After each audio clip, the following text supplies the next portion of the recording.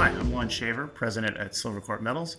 We are a profitable silver producer with an almost 20-year track record of producing silver from mines in China and delivering profitability and free cash flow. We've currently embarked on a growth project to grow and build the company and add new operating assets, currently building a new mine in Ecuador, and also continuing on the hunt for new exciting opportunities. Long, good to see you again, sir. Interesting times, interesting times. And silver seems to be making a comeback. Is this the beginning of a kind of return to the historical gold-silver ratio norms? I've been asked that question so many times in the last couple of days. I always take the view. I'll ask another one then. Yeah, I think it's interesting because the ratio is like gospel for many people. Yeah. But my view is the ratio is something that's calculated after the fact based on what the metals prices are at the time, and can gold be higher than silver for longer to have the ratio be out of whack for an extended period? Potentially. Could it reverse? To make one's trading calls based on the ratio, I think is a risky venture. I think it's more important to look at is there a shift in the view of the two commodities? And if you're looking at gold, what are its supply demand fundamentals? If you're looking at silver, what are its supply demand fundamentals, and do they look better than they did before?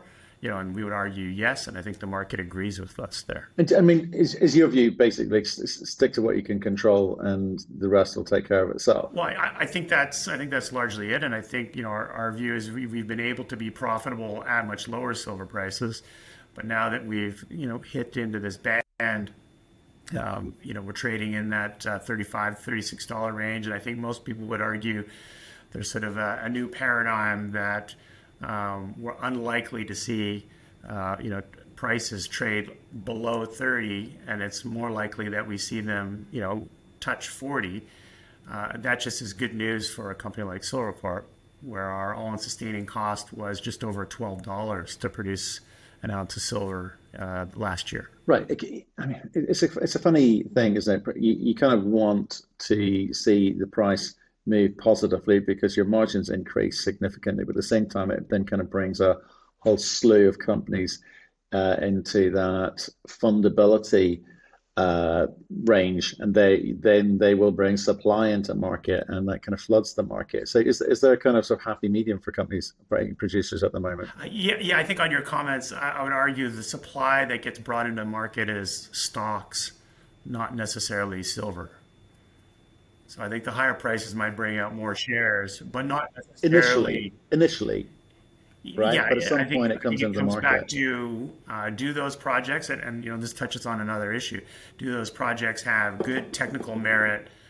Yes, they will look better from a financial spreadsheet standpoint at higher silver prices, but do they actually have the technical merit to work? And then secondly, and very importantly, is can they get the permits to build the mine and a license to operate, in the communities that they are in? And that is increasingly difficult around the world, not just for silver projects, but for any mining project. But there's a price at which, I always say this: money covers a multitude of sins, right? So even the crappier projects, there'll be a price at which they get the funding in place to attempt to get it going. But I guess to your point, will licensing follow as quickly? How do you see things? Because it seems that in the US, we've got tariffs coming in, which on copper yesterday, 50%. I think that's took the market by surprise. You've got various other critical mineral tariffs. But you've got a kind of positive narrative from certainly North America saying, we're kind of pro mining. We're going to get rid of red tape. We're sort of seeing that elsewhere in the world. Is that the truth and reality, or is that just politics? Well, I think right now it's words and politics. We'll see what happens when the rubber hits the road, and it's finally time to get those projects permitted. And are they stepping on people's toes when they try to push through projects that maybe don't make sense? I think the other important thing to consider, and it depends on which commodities and the type of project, but a lot of these projects do still require some form of downstream processing. And so permitting a project in a jurisdiction to produce, copper, for example, sounds great.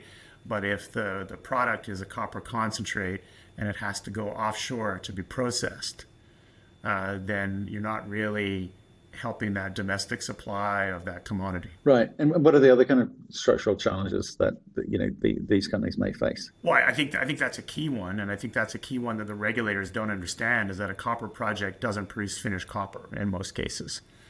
And so if you are producing, and same thing, rare earth metals, other critical metals, you're not necessarily producing a finished product that is ready to be used in the supply chain. It needs further downstream processing to turn it into something that can be used. And so then if that happens offshore in another country, how does that help the domestic economy if you then hit that product coming back into the country with onerous tariffs? Yeah, speaking about the U.S., for example. Yeah. So how does it affect? Okay, for U.S. copper companies, I imagine they go, great, that's great news, fantastic. I don't know if it's sustainable, and we don't know what's going to happen next week. That may get rolled back. Who knows? But for them, it suggests that they're going to have less competition. Great. What about for companies outside of the US and selling copper and gold or silver in your case into the market? Does that affect you at all? Well, I think it would affect them in the same way that we're affected by the global price of silver, and so the global price of silver will set the price for silver producers. And so regardless of where we're actually selling it right now, we're selling our silver contained in concentrates to smelters in China and getting the silver price at that point of exchange. Similarly, the same would apply to copper producers. If you're producing copper right now, regardless of where your actual market is, you're going to benefit from the higher prices that are posted today because of this disturbance from the tariffs. Why do it at all? If it's not going to sort of change much, it's just maybe change the direction of some of the copper. I guess what he's trying to do, but does it have any effect on junior equities as a result? Well, if you are a proponent of, and I'll again distinguish talking about copper in the U.S., if you're a proponent of cathode copper projects in the U.S., you would be producing finished copper domestically in the U.S. That would give you a distinct advantage over producers that are generating concentrates, need to go offshore to Japan, Korea, or China to get processed. And then for those importers of copper having to face those tariffs when they bring the finished copper back in. Right. So as far as you're concerned, doesn't change your current strategy, your business model, one iota? For us now, no, it doesn't. That's never really, we've never really viewed the U.S. as a direct market for us. Right. Okay. And right. There's not much we can do about the sort of global price of the commodities based on disturbances that come out of tariffs or other trade restrictions, other than try to manage the operations the best we can, which we've done a good job of, and we've been able to make free cash flow at prices lower than current prices.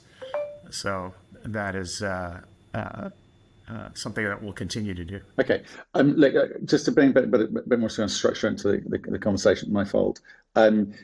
Let's maybe look at kind of silver market, copper and gold separately for a second. Obviously, the bulk of your kind of silver production is out of China. You're saying for you that obviously doesn't change. The current situation doesn't change anything.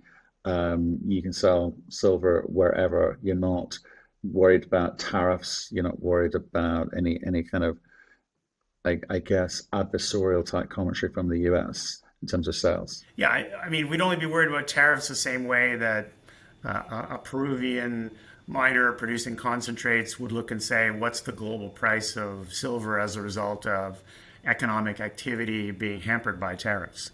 Like that we'd be affected in a similar way based on the global prices that are set through supply and demand. Right, and again, as the kind of operating in China, none of these kind of conversations again affects your operations on the ground in terms of nothing at all. Right. Okay. So just wanted to talk to that. In the case of silver, just trying to understand some of those kind of drivers at the moment. Obviously, silver largely produced as a byproduct. Is how does the potential again, increase in activity in the silver space, with these mergers, etc., that we've seen over the last sort of 12 months. How does that sort of behavior kind of affect either your attitude to developing out that silver asset in terms of even your M&A strategy, and yeah, so I'm just sort of intrigued on how you think about growing the silver component of your portfolio. Well, I think the mergers don't create new production capacity typically, in terms of the mergers that we've seen so far. But I think it does just send a positive signal that silver is a good place to be, and growing in silver production is a good idea. And so I think that's a positive for the sector as a whole, and it gives us some enthusiasm for being a profitable silver producer, that these higher prices are likely here to stay. But you were quite keen to kind of diversify your portfolio, not just in terms of jurisdictionally, but also into copper, gold, on top of the where you've made your money historically, and the clues in the name of the company, silver. Well, I think we'd be keen to grow in silver as well. That certainly would be something we'd like to do. Obviously, it's hard to find what I would call new value creating growth ideas in silver, to fill those growth aspirations. So we've looked at gold assets and copper, gold, or polymetallic assets in addition to that. Right. And again, given then coming back to the M&A, I mean, we've seen a lot of kind of pure play silver companies come together. Do you think that we're going to see more of that, or is that what the big guys are looking for, or is a kind of silver gold project also equally attractive? Again, there's not a lot of great assets out there. I'd say people are picking up those that are nice tuck-ins to add that silver exposure, because it's a good place to be. Time will tell whether or not there's more good silver deals or deals in the silver space. As I said, we're continuing to look at silver assets. We've got some excellent exposure to two great silver growth assets in Bolivia through our position in New Pacific. So that's something that could potentially be a catalyst for us down the road. And in the meantime, it's going out and looking at other types of commodities or other assets that we view have the same potential, maybe not in silver, but to build a long-term sustainable free cash flowing asset like our silver mines in China. Right. And obviously, you've obviously mentioned the maybe potential hurdles such as permitting timelines. We've seen hold us politically, obviously related to permitting in Mexico under AMLO's reign. Talking to some companies now in Mexico, saying well, things are slowly easing up and getting back to what they hope they could be. Do you think that we're going to see? Do you think that there is going to be this kind of continued kind of slow move towards silver companies getting funded, or do you think that because the junior market has been suffering for the last 3-4 years in terms of access to capital, it's going to be on I guess a more fundamental, more selective basis, and kind of less kind of, pardon my phrase, but crap in the market? Well, I think there's always potential. There's different flavors, different choices for everybody, and if people are prepared to fund sort of more marginal assets that work in these prices, good for them. That's fine. We're obviously looking for a certain quality of asset, both technically, financially, and really as I said, from a permitting and logistics standpoint. So we won't be playing in the space looking at sort of the lower tier assets, but it's quite likely, and we've seen that in past gold cycles where the more marginal gold companies have have caught a bid and have been able to grow a story. The question is how is it sustainable? What happens if there's a dip in pricing? Are the assets sustainable? Those are all questions that investors have to think about, as opposed to getting caught up in the immediate sort of euphoria. Well, when you've been through that M&A process yourself, in terms of obviously before you kind of picked up the Nicaraguan asset, how would you kind of characterize the kind of silver project pipeline today? Robust, weak, uneven? I'd say it's skinny. Skinny, yeah. It's skinny. There's a few interesting looking projects out there and they're not secrets, and they're attracting very healthy valuations. I think if you look back, it's a great case study. Silvercrest was a prime example of a great asset priced for perfection through the development stage.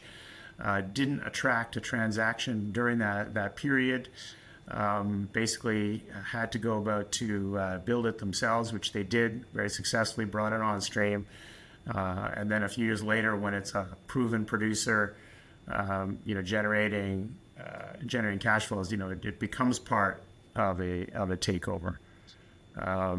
So I think there's some other assets out there that may have to follow the same route, because there's not necessarily a huge ROI on paying a takeover premium to buy the equity and then go build the asset. So do you think that all of this industry consolidation is problematic? Because as I say, there's no new ounces coming into supply at the moment. There's a very skinny pipeline of development companies following up behind. How's that bode for the future?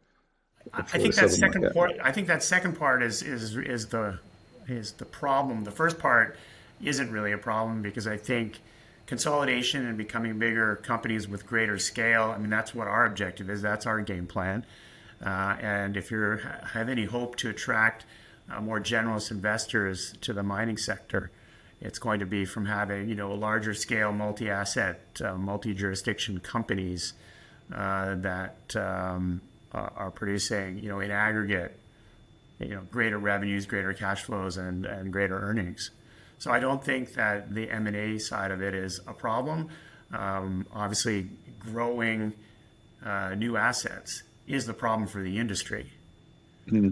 And that again comes back to the dearth in spending on exploration and the challenges there are finding good people to do the studies, advance the projects, and ultimately build them on time and on budget. So I guess the volatility of silver historically has been kind of in a problem. So it certainly was when I was in the banking space. We kind of avoided it.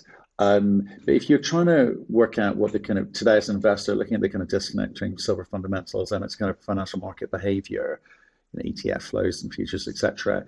You're going to need to kind of work out what those drivers are going to be. And I think retail seem to have abandoned the space up until recently. Are you starting to sort of see retail participation coming back into silver as the price has moved, or is it reliant on whether it be through ETFs or direct? Or do you think that you're going to need to start seeing some of the bigger companies, the bigger fund managers, come back into the silver space? How are you reading it going forward? I think it's happening on both fronts, where people are recognizing the fact that there's positive attributes to both elements of silver's dual nature, and that's both the investment fundamentals and that precious metals store of value, currency hedge aspect of silver, as well as just the pure supply demand imbalance that exists in silver. I think people are waking up to that. I would say it's not unlike the views on copper, when people realize, wow, all this electrification is going to require so much more copper. I think people are taking the same perspective on silver, that a lot of things that we want to do as a society are going to mean more silver consumption. Okay, and with that more silver consumption, does that mean it's going to start to be kind of officially included in global critical mineral lists? or is that asking too much? That's a political question that we've tried to steer away from. We think the silver market is fine the way it is, and the last thing any business should do is try to get the government more involved in your business. Because while it might sound great at the outset, later on they can then start to impose restrictions and rules that don't necessarily help you as a business, because something's been designated as special for the government. Okay. Sticking with political, how do you kind of see risks or inefficiencies in the paper silver market? I think like COMEX or LBMA. From a financial, person from a financial background, I'm a believer in efficient markets, and I think that as long as there's people that are prepared to create products, play in those products, invest in those, unless they're breaking any rules that would constrain the rest of us. I think that's not really an issue. And at some point, people who are in those markets have just as much exposure to like a gap up in the price of silver, as we've seen people doing in the past, where they've had blowups in the copper paper markets. But that I don't think means that we need to go and again bring the government in to regulate this and shut it down. I think it's just a market dynamic that exists. Everybody knows it exists when you come into it. We've known for 20 plus years, we've been in production, that there's a physical silver market that we sell into, and then there's a paper market on the side. I don't know, Matt, if you followed the uranium markets for a long time, there's been a view that uranium had to go higher. What's been holding it back? And then, finally a few years ago, uranium's broken through that ceiling that existed for so long because of the market dynamics. Yeah, it's been a lot. That patience definitely required in uranium. That's for sure. In terms of like a lot of physical gold being bought up over the past 3 years, most by central banks, etc. But obviously, there's some real gold bugs out there. Likewise, some silver bugs out there. Do you think that physical silver will see a sort of increase in purchasing, or see some capital flow coming to it? Well, I think anecdotally we have seen that. Just looking at some of the dynamics in China, and again, we're not dealing in the end markets, but we do have some exposure to them, and just sort of seeing that the quote run on gold that we saw from the Chinese consumer also applied to silver. And so we've seen that take place. And certainly there's a lot more commentary out there, for what it's worth, in terms of people looking to get and advertising the fact that they are now exposed to physical silver, paper silver, silver in some form, that we didn't see 5 years ago. Let's talk about your company a little bit more, if you don't mind. You guys have had like a couple of decades almost of profitability here, and you through some tight markets. What you've learned and how you behave and how you operate, I imagine nothing's going to change there. And your hopes are obviously that sees you through these quite positive markets. Gold's on the up, copper's on the up, silver's on the up. You should be making a lot more money now. How do you treat it? Well, I think we've been communicating this for a while. Is that we've been building that cash position from those positive margins that you described in China, to allow us to do things elsewhere in the world. So far, that after a few failed attempts that you commented on, in terms of other assets, we've landed on what I would call two good projects in Ecuador that is going to consume some of that cash, not all of it. But we built up this cash balance to be able to go out and grow the company, and at that same time, with the positive view of silver and a very long life ahead of us in China, we are self-funding some initial growth programs to grow and build the productive capacity and output of those mines in China. Right. Obviously, you mentioned you picked up El Domo there with the cash that you built up over that time. Can you just remind everyone what's the timeline for us? But you're built under construction right now. Time to production, and I guess any other kind of major project milestones. Yeah, well, we're targeting to have it ready to go and switched on at the end of 2026. So we'll start to see production coming out in calendar 2027. We've signed the first of several major bid packages. That was late last year, and that's what allowed us to get going at the beginning of this year. At first, slowly through the rainy season, but now it's been accelerating in terms of the road preparation, preparing some of the waste dump areas, preparing for the temporary camp. We've got a few other of these bid contracts that we need to move forward with to sign to get the other elements of the project worked on. But from a plant standpoint, we know the equipment we want to buy, who we want to buy it from. It's going to be available for us in terms of from an ordering standpoint. So a few more of these pieces will drop, and then we expect to see more major earth-moving exercises starting later this summer in August. Right, and obviously, new to Ecuador, but you've been there a while. And what are you seeing in terms of operational logistical challenges, or what actually, quite frankly, things that you might like about Ecuador? And I guess I'm looking towards opportunities elsewhere. I think the government's gone through an election. Has remained supportive towards mining. And in fact, that's evidenced by another company that's got a project in Ecuador just got their permit this past week.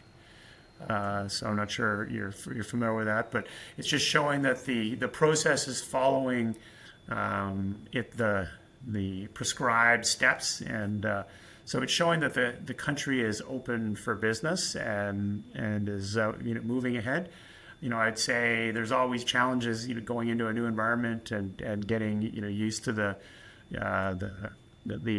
cultural differences, the different rules of how things have to get done. But, we're sensitive to that and taking our time to, learn and observe and hire the right people. And I think we've made a few, very key hires that are working out and helping us move the project forward. Okay, well, good to hear. I appreciate you making time today. I just wanted to kind of catch up really on your thoughts on kind of the market.